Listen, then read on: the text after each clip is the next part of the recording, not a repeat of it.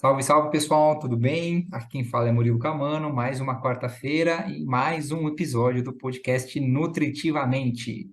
O papo hoje é sobre nutrição clínica e como a gente ainda segue aí na nossa panelinha nutricional, hoje eu trago uma nutricionista conhecida minha, ela é formada pela PUC Campinas, ela possui especialização em nutrição clínica pelo GANEP.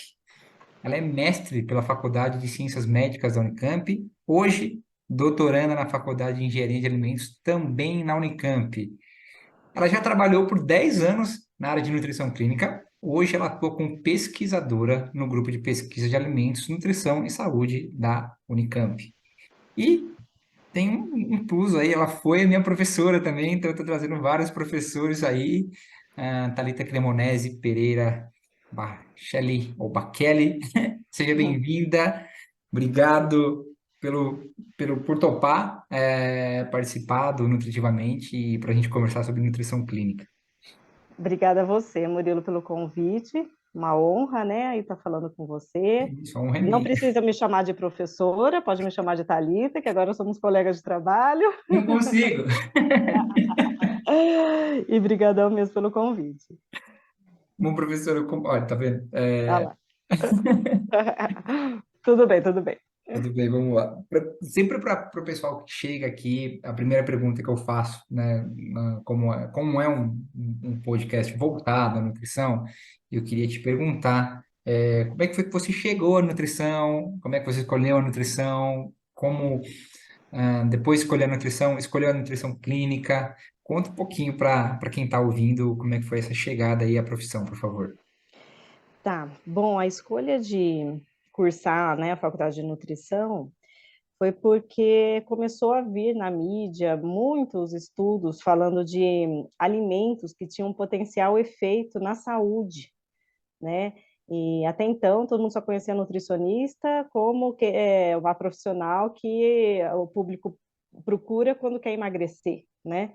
E daí, na época, começou a vir muita pesquisa na mídia, na televisão, de alimentos que beneficiam a saúde, têm o poder de beneficiar a saúde. E é a nutricionista que cuida, né? Então, isso me chamou muito a atenção. E foi por aí que eu decidi, né, prestar o vestibular de nutrição.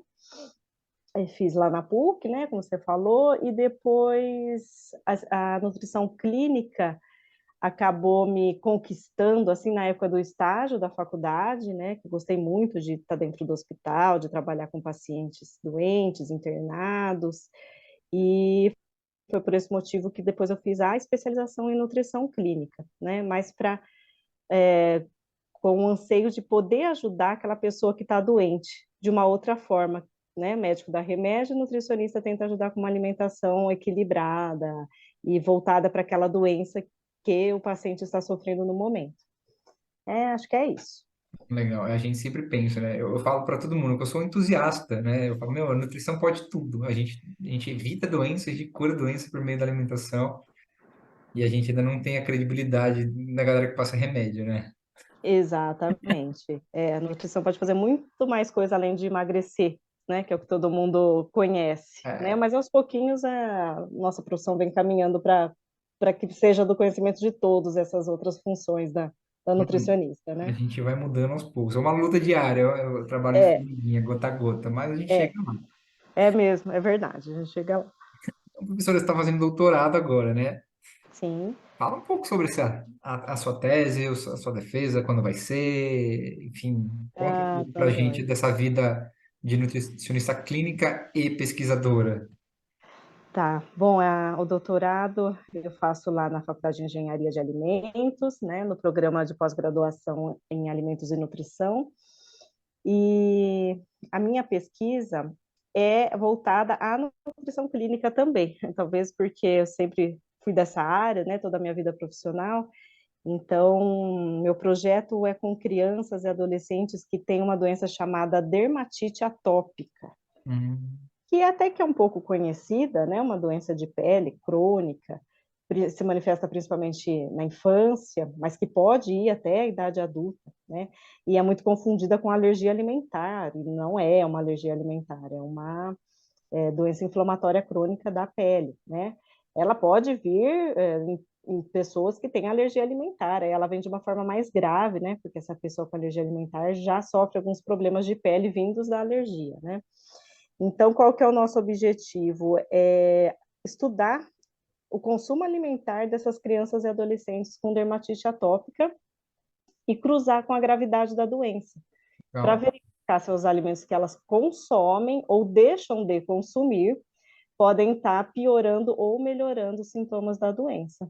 Que é exatamente isso que a gente estava falando, né? Os efeitos dos alimentos para melhorar uma situação de saúde, né? Uma situação de doença. Então, é esse o nosso objetivo.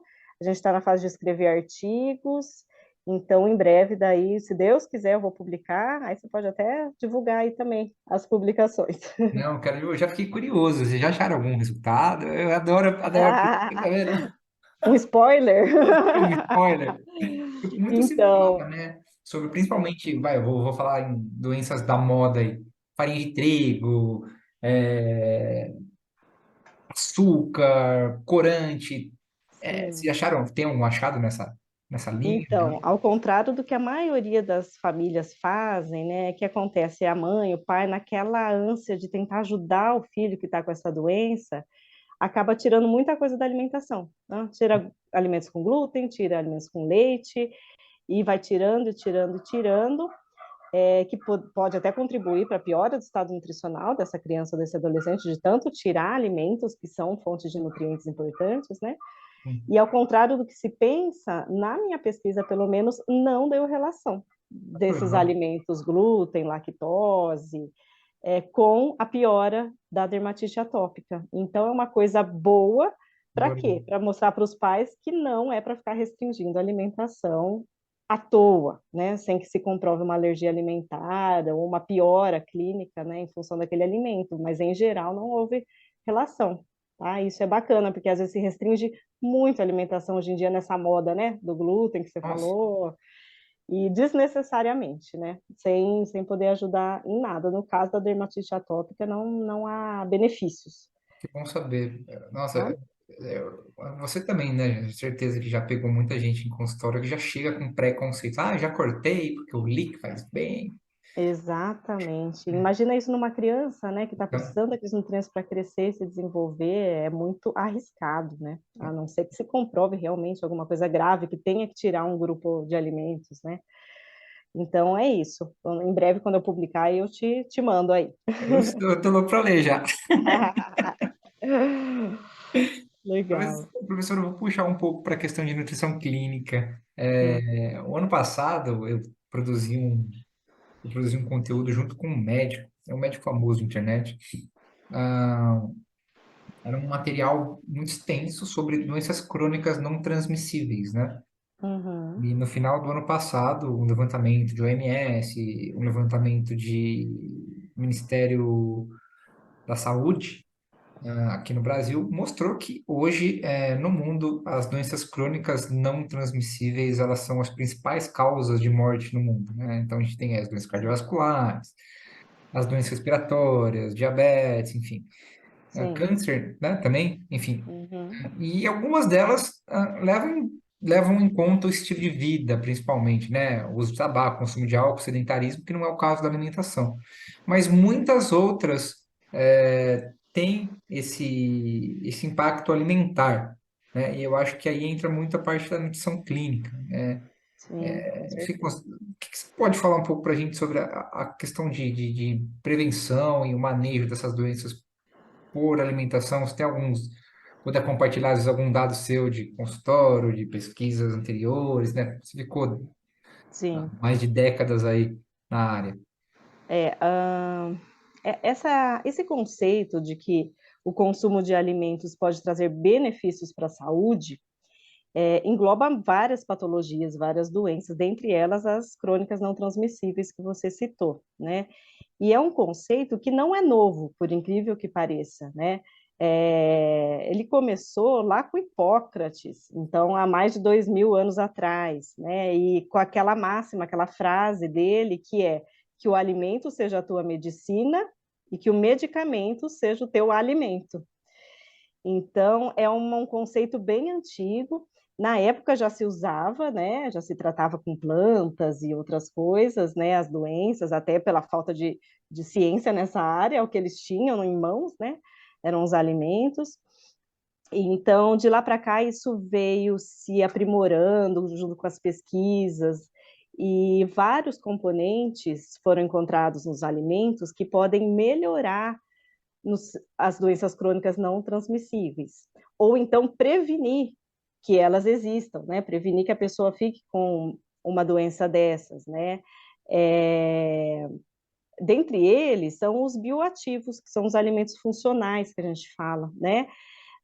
Os bioativos, eles têm funções na saúde, além de gerar nutrientes, né? Ele tem funções específicas na saúde, pelos mecanismos de bioquímica que ele exerce dentro do nosso organismo.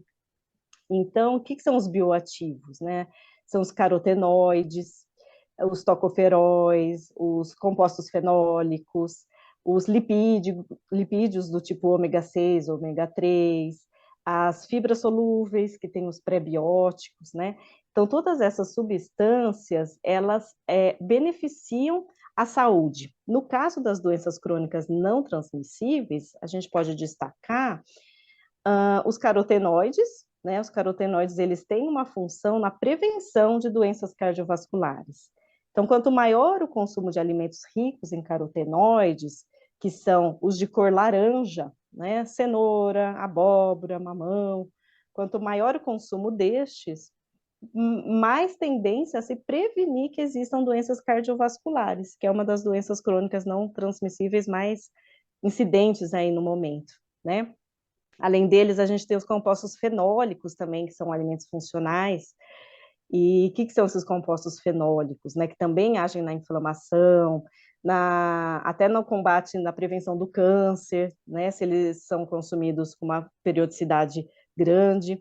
Então, onde tem esses compostos fenólicos? O famoso vinho tinto, que a gente escuta, né? Dos cardiologistas, que deve se tomar, né? Vinho tinto todo dia, numa quantidade pequena, né? Uma tacinha. uh, meia taça, não é tomar a garrafa toda, né? Fique claro isso, Então, viu, pessoal?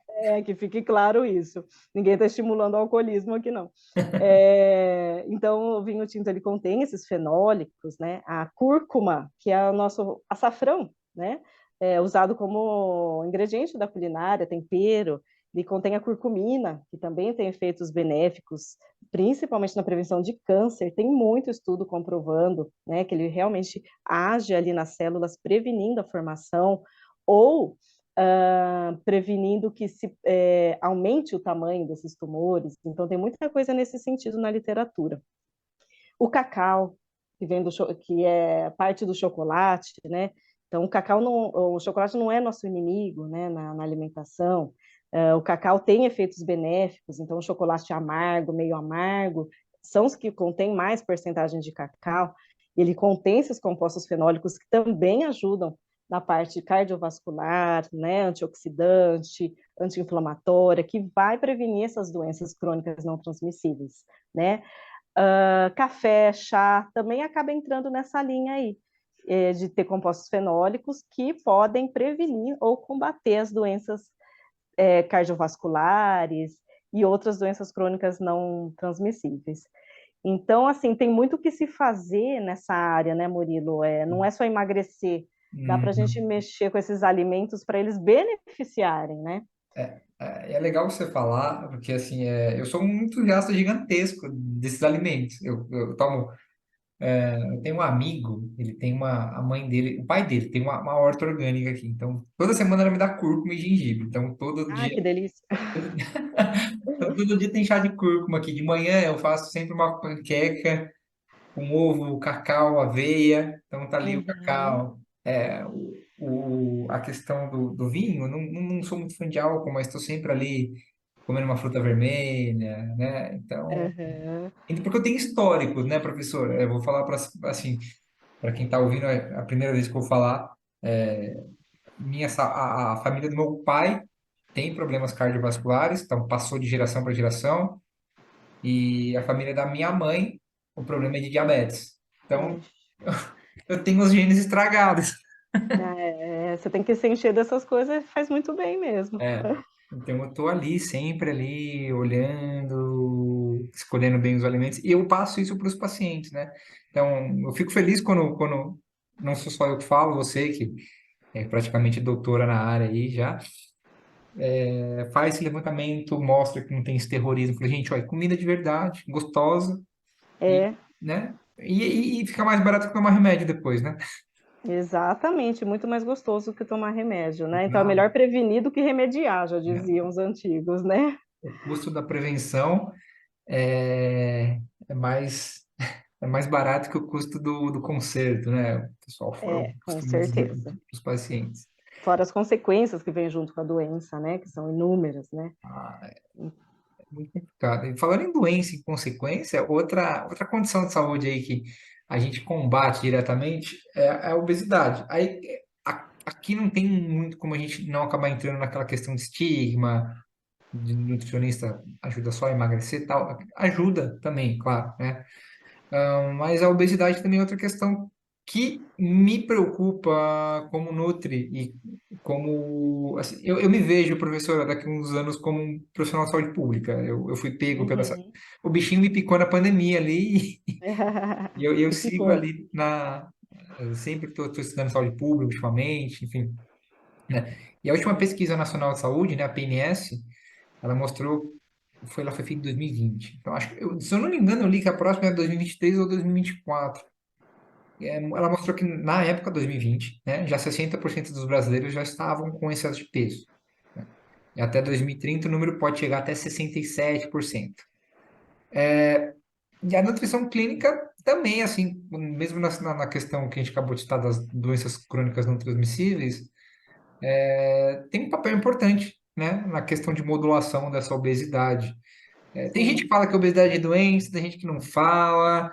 Queria saber o que você pensa. Eu sei que tem Uhum. artigos que falam, tem artigos que não falam. E como que a gente pode, colocar a nutrição clínica dentro desse panorama? Pois é, a obesidade realmente é um problema de saúde público, né? A maior parte das pesquisas considera, assim, uma doença inflamatória, né?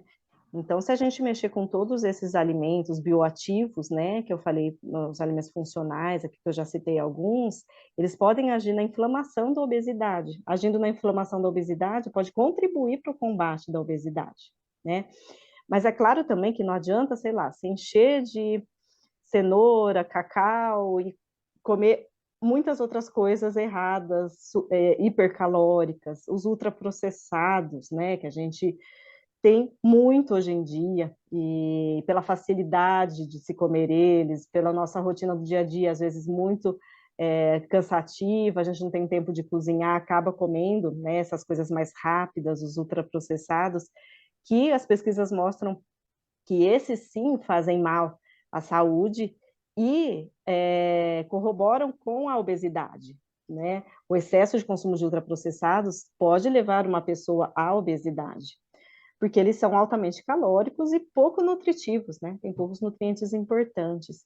Até o Guia Alimentar da População Brasileira, ele trata do processamento dos alimentos, né? Então, aqui que ele recomenda? Ele recomenda que a gente coma mais alimentos em natura e minimamente processados, que é arroz, feijão, salada, fruta, é a comida que a gente conhece, né? Verdade. Carnes, frango, peixe, enfim, é a comida de verdade, é a comida que a gente tem, né?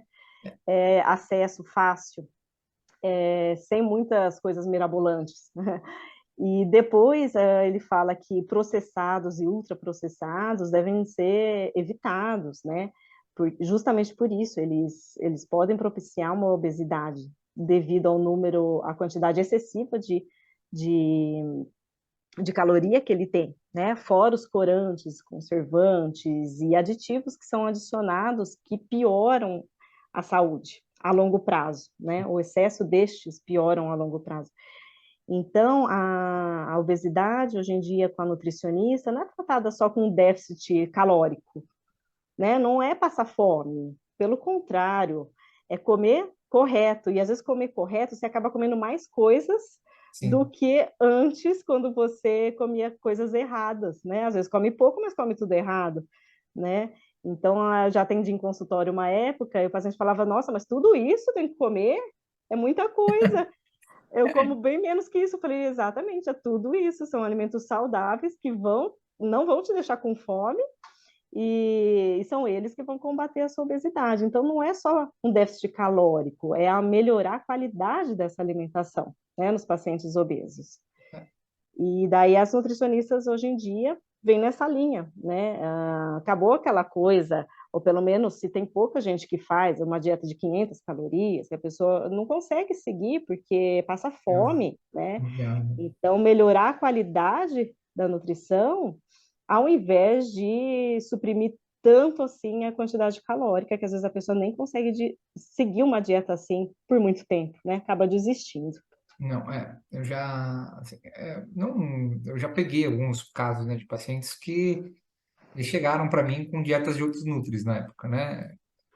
Falaram, olha, eu tava seguindo isso daqui, 1.200 calorias, 1.000 calorias. Eu falei, cara, emagreci, mas depois engordei de novo, tá? Enfim, não, vamos, senta aqui, vamos. E aí é muito engraçado, né, a gente ouvir o que você acabou de dizer.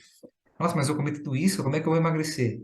Né? Uhum, E aí emagrece, é legal, né? Eu fico muito feliz, emagrece, aí não só emagrece, né? O cabelo para de cair, a unha não sim. quebra mais, A dorme, imunidade melhora. não fiquei mais, tô dormindo muito melhor, parei de roncar, Sim, é né? verdade. E eu Contribui fico, para outras coisas, né? eu fico muito feliz. E até é legal a gente até fugir um pouco do script aqui, Thalita. É, Uhum.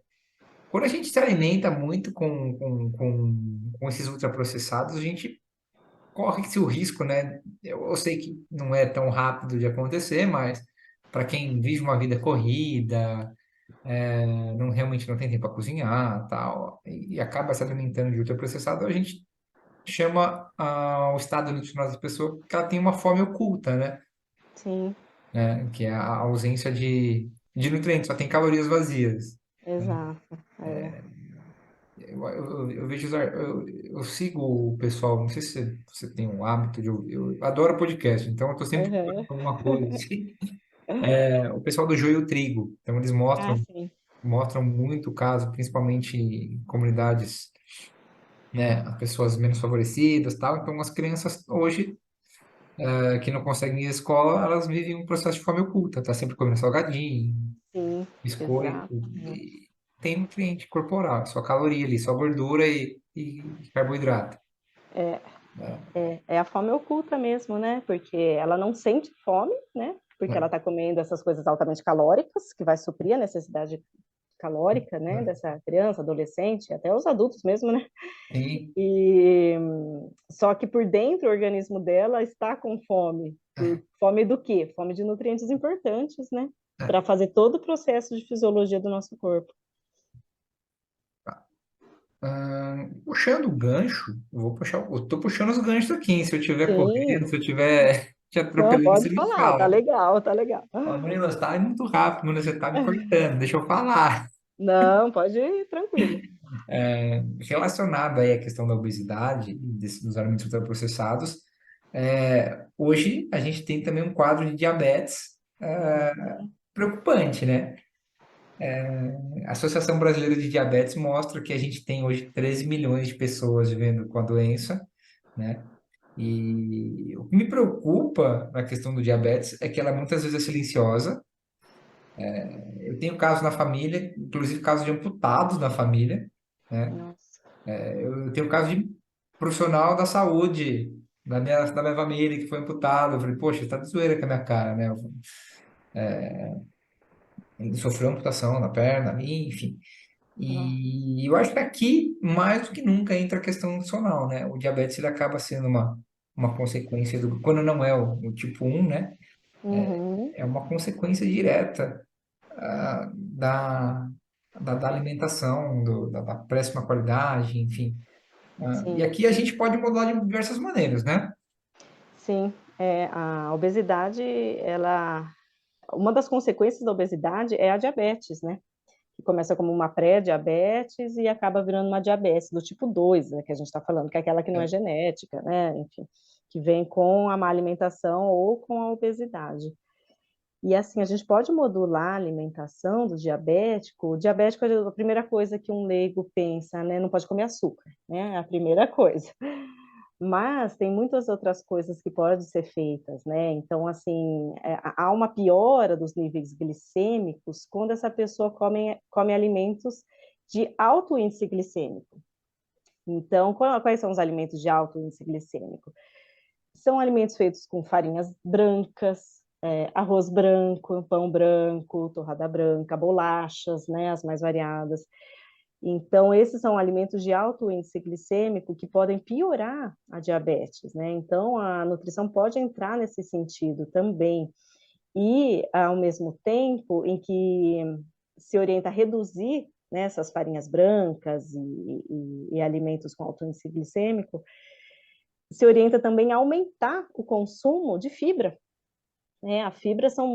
Elas são muito importantes para o controle da diabetes, para o controle glicêmico, porque as fibras, existem dois tipos de fibras, né? Qual que mais melhora, mais contribui para a diabetes, para a melhora da diabetes, é a fibra solúvel, né? A fibra solúvel, ela contém um componente que ele é chamado como prebiótico. Então, os prebióticos, eles fermentam no nosso intestino, produzem um composto chamado ácidos graxos de cadeia curta, que por meio destes vão fazer efeitos benéficos na saúde, né? Dentre eles a diabetes. Além do que, as fibras, por serem solúveis, ela como se fosse uma esponjinha, né? Então, ela acaba sugando a glicose que está em excesso no sangue para controlar melhor esse índice glicêmico desse paciente, né? Então, os alimentos com fibra, com prebióticos, quais são? É a aveia, a chia, a linhaça, maçã, principalmente a casca, né? Couve-flor, lentilha, feijão. Então, veja só, feijão, uma coisa do nosso dia a dia, né? Então, não é para tirar arroz e feijão, né? O diabético, pelo contrário, o feijão tem esse efeito benéfico do prebiótico aí, da fibra solúvel, que pode ajudar no controle glicêmico, né? Então, vai se alimentar, então sempre começa pela salada, por exemplo, porque a salada também tem fibra solúvel que vai ajudar a controlar o índice glicêmico daquela alimentação. Por mais que essa pessoa, naquele momento, coma o arroz branco, a salada que ela comeu primeiro tem a fibra que vai ajudar com que esse arroz branco não cause um pico glicêmico tão grande. Né? Então, muito importante o diabético comer alimentos fontes de fibras, né? Que são esses que eu falei, os prebióticos e também as saladas, verdura, legumes, que ajudam para não que se tenha esse pico glicêmico e a longo prazo ajuda no controle da diabetes. Legal. Que nem você citou, né? Começar pela verdura. Tem um estudo, o estudo ele não é tão, ele não é tão recente, né? Fala que a nossa avó tinha razão, né? A gente tem que começar a comer pela salada, né? É, Eu falo para os pacientes, já conversei em algumas lives, também falei, gente, olha, a avó tinha razão. Começa a comer Isso vale não só para diabetes, como para tudo, né? uhum, Outra questão que envolve diabetes, professora, eu andei estudando bastante. Você pode confirmar para mim, tá?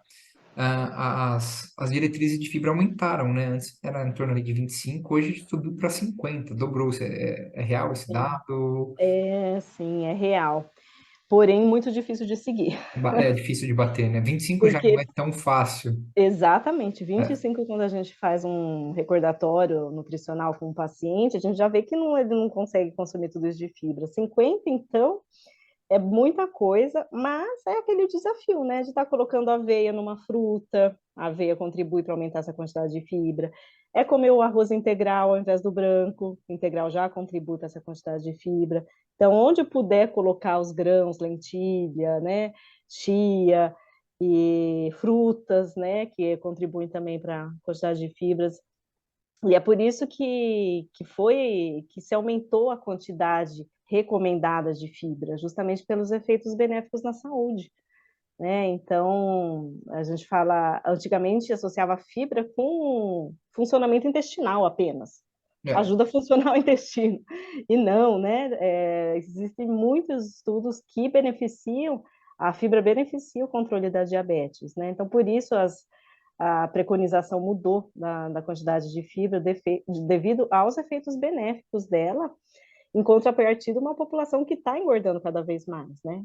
Então, é uma tentativa de se melhorar a alimentação da população como um todo. É a eterna briga, né? Aqui em casa, inclusive, eu tento. Casa de nutricionista é complicado. A gente sabe, a gente faz, a gente segue, né? Eu digo, acredito que você também siga, enfim, mas a gente não consegue. Muito difícil colocar para mãe, para pai, para cônjuge, filho, Sim. enfim. Acho que filho eu acho que é Então, mais fácil, né? Porque vai, por exemplo, você pode falar, né? Você tem dois, né? é, é, eles são uma página em branco, né? A gente que vai modulando a alimentação deles, né? Claro que eles têm as preferências, começam na escola a ver o que os outros comem, tem curiosidade, né? Mas é mais fácil do que um idoso que já tem costumes e culturas alimentares, muitas vezes bem divergentes daquilo que a gente recomenda, e é difícil de mudar, né? Porque se a vida toda ele se acostumou a comer dessa forma, não vai ser de uma hora para outra, ou de uma consulta para outra. É um acompanhamento, por isso que nutricionista a gente não pode ir uma vez só e desaparecer. É um acompanhamento, porque ninguém consegue mudar a alimentação, a sua cultura, seus hábitos, a sua rotina de uma hora para outra, de um mês para outro. Então, é um processo, né? Então, tem que passar mês a mês, ou no máximo a cada 2 meses, com o nutricionista, para ir moldando essa alimentação, né? Que é a coisa mais difícil que é tirar um hábito nosso, né? Então, a pessoa tem um hábito ruim, a coisa mais difícil é tirar esse hábito. Então, o nutricionista vai trabalhar, né, essa mudança de comportamento nas pessoas. A gente sofre, né? E o pessoal, Ou, eles vêm, eu tive vários casos. O pessoal vem diabético, vem pré-diabético, vem hipertenso, emagrece um pouquinho, melhora tudo, some, some. Uhum. não volta mais. Eu fico louco da vida. E daí acaba relaxando, guarda tudo de novo, Depois aí volta. volta. Ai, preciso de ajuda, por favor. Vamos, volta, vem cá. Tem que ser uma rotina, tem que passar É, em é. acompanhamento mesmo, pode ir espaçando, né, conforme a E, pessoa está bem, mas nunca perder o contato, porque se não perde o contato, pode esculachar e voltar tudo de novo, né? e acontece, né? Bom, você pode falar com muito mais propriedade do que eu, né? Tanto na parte clínica quanto na parte de pesquisa. Acontece mesmo, mas Hum. é trabalho de formiguinha nosso, né, Murilo? A gente sofre. Oh. Professora, além do que a gente citou aqui, né? A gente pensa aí, vai, as cardiovasculares, vamos citar hipertensão, AVC, infarto, obesidade, diabetes. Ah, que mais, que outras doenças crônicas não transmissíveis, na sua opinião, merecem atenção? Deixa a sua escolha aqui, eu tenho algumas minhas, mas eu quero ouvir de você. Tá. Quais as suas? Acredito que nos dias atuais existe também uma grande quantidade de pessoa hipertensa, né? A famosa pressão alta, hipercolesterolêmica, que é o colesterol alto, né? Isso tudo pode ser vindo de um excesso de peso ou de uma alimentação errada. Tem muita gente que é magra, mas tem pressão alta e tem colesterol alto, né? Temos até criança com colesterol alto. Por quê? Por causa de uma alimentação errada. Então, é muito prevalente também na nossa população. E a nutricionista pode atuar, né, nessa forma, nessas doenças, né, entrando com nutrientes bons e tentando diminuir os ruins, né? Então, pressão alta, a pessoa acha que não pode comer nada de sal. Não, ninguém aguenta comer nada de sal, totalmente sem sal, é pouco sal. Então, vai ensinar a quantidade de sal correta para essa pessoa que é hipertensa, né? Comer totalmente sem sal vai deixar a pessoa desestimulada, e daí realmente não vai seguir uma alimentação saudável, né? No caso do colesterol também, tem muitos alimentos que podem ajudar no controle do colesterol. Um deles a gente já falou aqui, que são os prebióticos, né? Que podem ajudar no controle do colesterol, que é a esponjinha que eu falei que tem no sangue, como se tivesse uma esponjinha no sangue que suga o Exato. colesterol ruim, né? Para jogar fora, para ele ser eliminado, excretado, né? E também tem as gorduras boas, né? Que a gente não falou ainda. Muitas vezes as pessoas leigas associam gordura com uma coisa ruim. E não, existem as gorduras boas que o nutricionista pode ensinar e que tem efeito bom na pressão alta e no colesterol. Né? O que é as gorduras boas? O ômega 6, o ômega 3, presente nos óleos vegetais, né? Óleo de girassol, de soja, de milho, de canola, no óleo de peixe, que a gente escuta tanto falar também no óleo de peixe, né? Famoso. É, então, essas gorduras boas que contêm ácido graxo poliinsaturado ajuda no controle também da pressão, também da hipercolesterolemia. Então, existe também essa cultura de se tirar o óleo da alimentação. Não, não é para tirar o óleo, é para tirar a fritura, né? Fritura, É, sim, faz mal, né? Agora, o óleo não, o óleo é bom, o óleo é de uma fonte vegetal. O problema é que a gente usa o óleo para fazer fritura, e daí na cocção se atinge uma temperatura muito alta, que a gordura boa se transforma numa gordura ruim, né? Agora, usar azeite, usar óleo para cozinhar, os óleos vegetais, pelo contrário, eles são até benéficos à saúde, né? São calóricos? São. Claro que a gente não pode, né, comer uma comida super oleosa, mas deve-se usar os óleos vegetais para cozinhar, o azeite para temperar salada, que vai fazer bem para a saúde e até melhorar esses níveis de colesterol, triglicérides, diabetes e a própria pressão alta também, né? Acho que é isso, viu, Murilo? Lógico que a nutrição clínica, ela cuida também de doenças bem específicas, né? Então, quem é nefropata, tem problema do rim, existe dietas específicas para o rim, né? Quem é hepatopata, tem problema no fígado, existem dietas específicas para problema de fígado. Então, a nutrição clínica, ela é bem ampla, né? Ela cuida dos vários órgãos e dependendo de qual a patologia desse paciente, né? Acho que é isso. eu tenho a mesma percepção que você. É, uma doença que eu tenho atendido bastante, professora, também é a questão de esteatose, né? Ou a gordura no Uhum, fígado. Então, mas a gente segue a mesma linha, né? mesmo. Do colesterol, enfim. É, Eu só queria pegar um gancho aqui para a gente falar da questão de estatina, né? Eu tenho um amigo, tá? Um amigo da minha idade, amigo de infância até hoje. Eu tenho 35. Já toma remédio para colesterol. Eu falei, cara, você tá ficando louco, bicho. Não toma estatina, não, cara. É cheio de efeito colateral, vem que eu te ajudo, né? Então, mas eu vejo, né?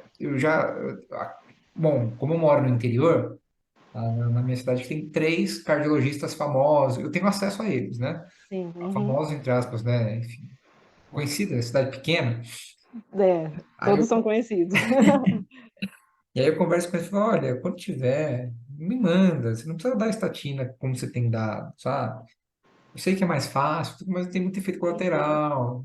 Mas é muito complicado, É sabe? complicado, e às vezes o próprio paciente fala que prefere tomar remédio do que mudar a alimentação.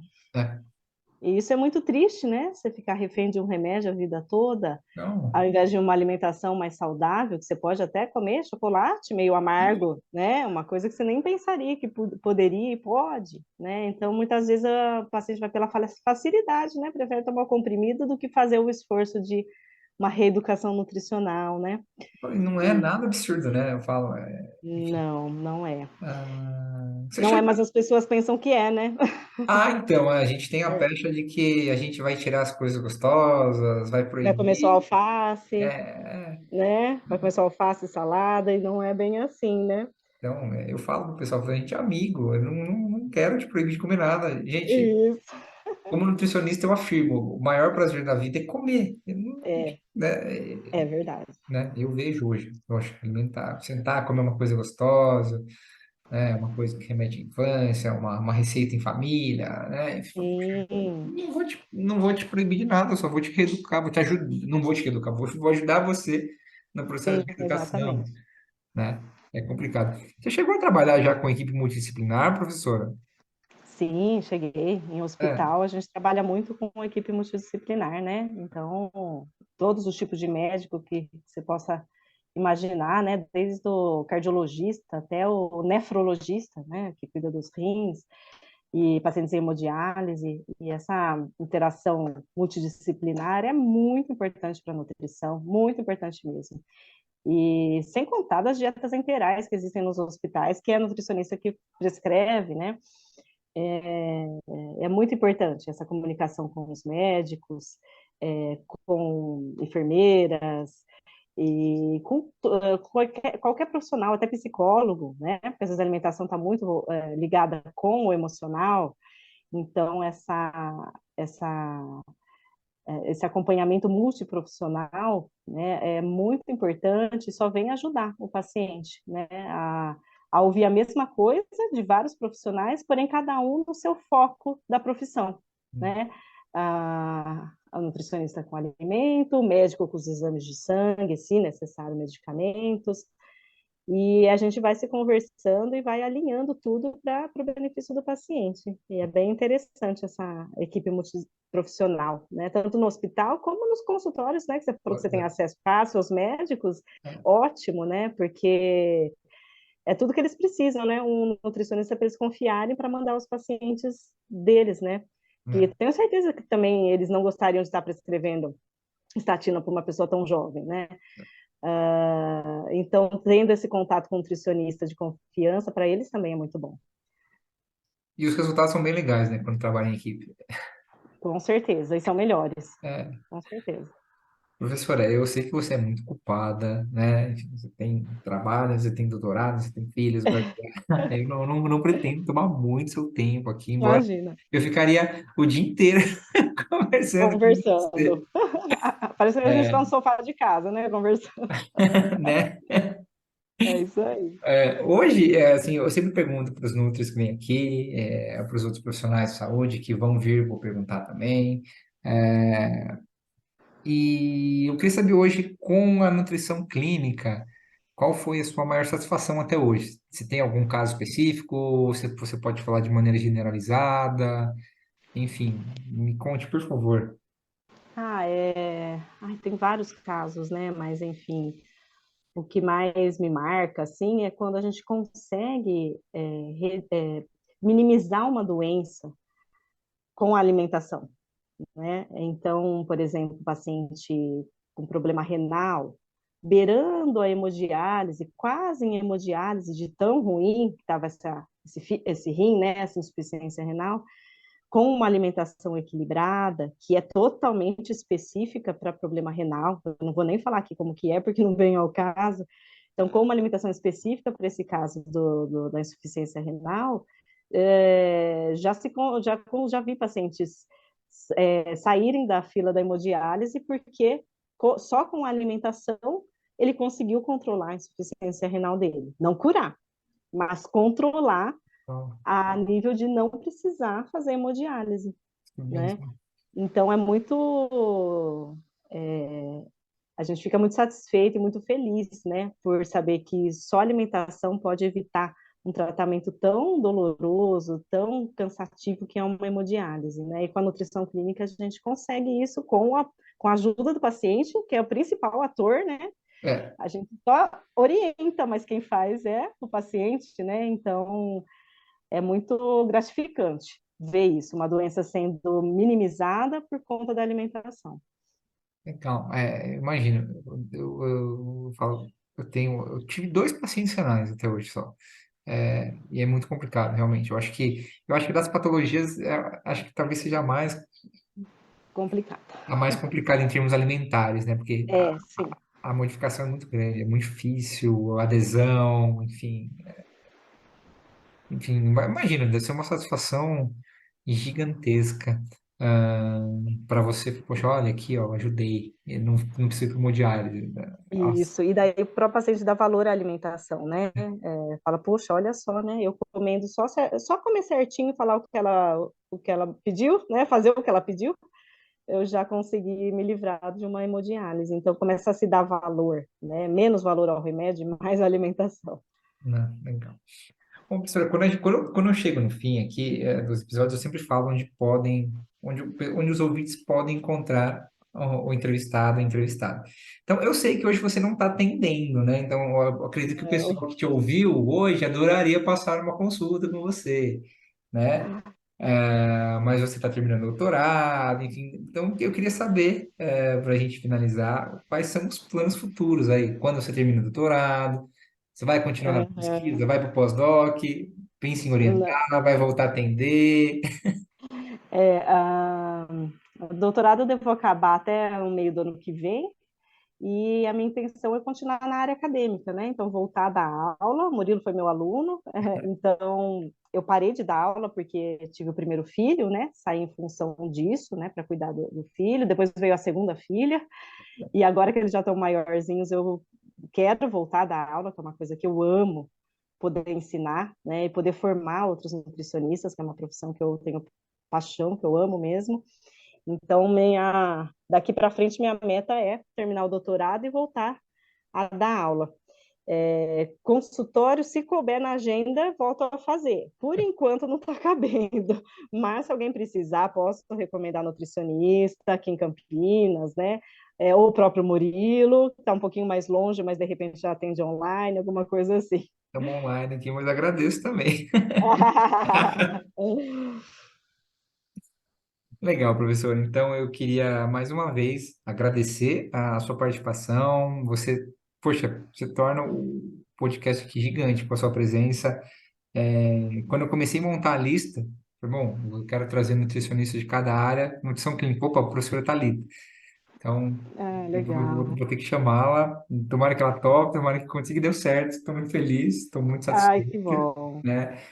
Sou eu que agradeço, viu, Murilo, pelo Isso. convite, por ter lembrado, por você ter se tornado um profissional que você é hoje em dia. Desde a época da faculdade, te via muito dedicado, muito interessado, e agora você só está provando isso. E é muito legal quando o aluno ultrapassa o mestre, eu falo, né? Quer dizer, ver um aluno tão focado, tão determinado em melhorar a vida das pessoas por meio da alimentação, me deixa muito feliz de ter feito parte da sua carreira aí acadêmica, Poxa, viu? obrigado, Muito obrigado. Eu legal. espero que a gente possa se reencontrar em breve aí, enfim, trocar figurinhas Sim, nutricionais, é sempre válido, ótimo, para ambas as partes, viu? né? Professora, Muito legal. obrigado. Se precisar de mim, eu sempre estarei à disposição. Lógico que o meu conhecimento é menor que o seu, mas enfim. Ah, não, agora somos colegas de trabalho, não fala isso, não. Professora, muito obrigado. Obrigada a você, Murilo. Um Tchau, tchau, abraço para até a todo mundo aí. próxima. Até. Esse foi mais um episódio do podcast Nutritivamente. Canção de abertura Credit, Horizon. Trilha sonora de finalização Unwound, Oaks Studio.